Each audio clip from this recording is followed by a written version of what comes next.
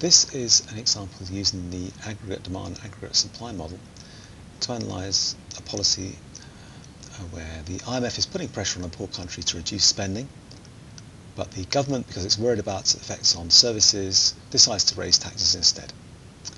And there's another video where I show how to analyse this using the ISLM model. As before, it's a fiscal contraction, or contractionary fiscal policy.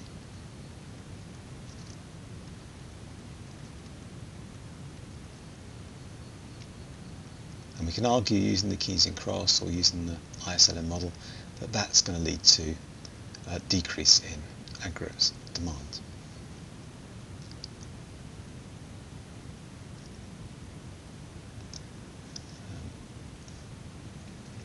Because once taxation is increased, people have less income, therefore the part of income they would have spent on consumption decreases, so aggregate demand decreases. And we can label it on the diagram by saying that we started at AD0, got that AD0, that's going to decrease to AD1, or we could say AD shifts left. So let's say we start at this point A here,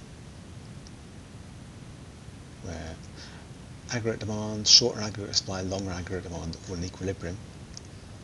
Then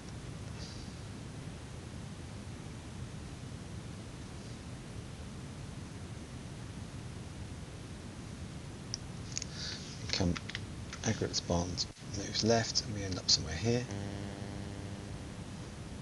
So a wonky line. And what's by my ruler for my birthday, that'd be very nice. So aggregate demand has fallen to AD1.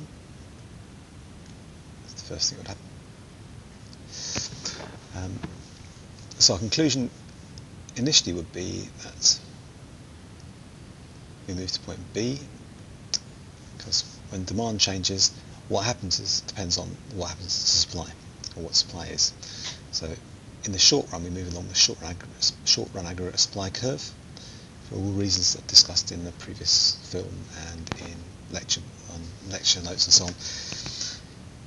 Because of sticky wages or misperceptions or sticky prices, people would produce less when the price level falls for a short while, say when they're still paying the workers the same amount, but prices are falling, though it's less profitable.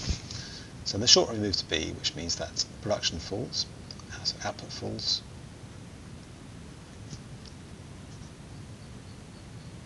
goes down to Y1.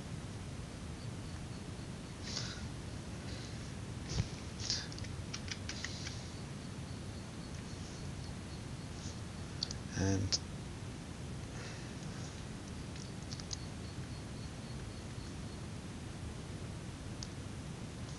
there are pressures on prices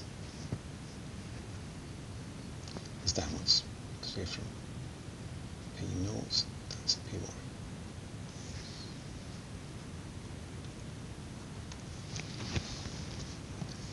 So we expect in the short run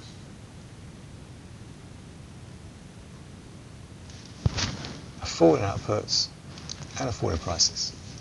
However, in the long run,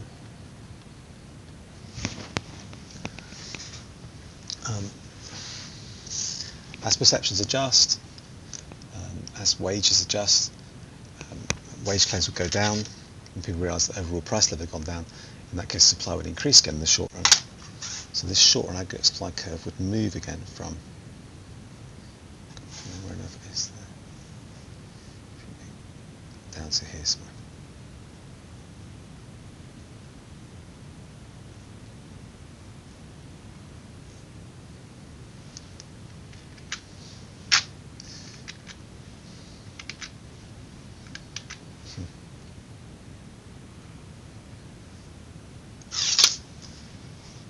So we end up at short run aggregate supply 2.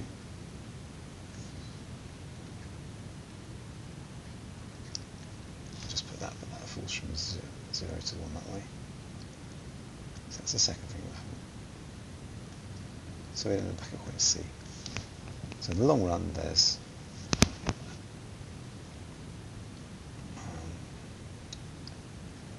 output increases again from 1 to 2.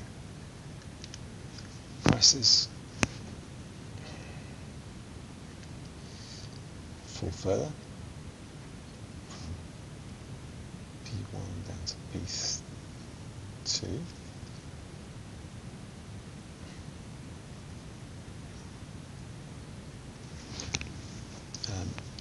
So in the long run, there's no effect on price, no output effect. Because we're back at Y0. But there's deflation. In the long run, there's no output change, but there's deflation because the price level has been pushed down. So we're decreasing inflation. Deflation or decreasing inflation.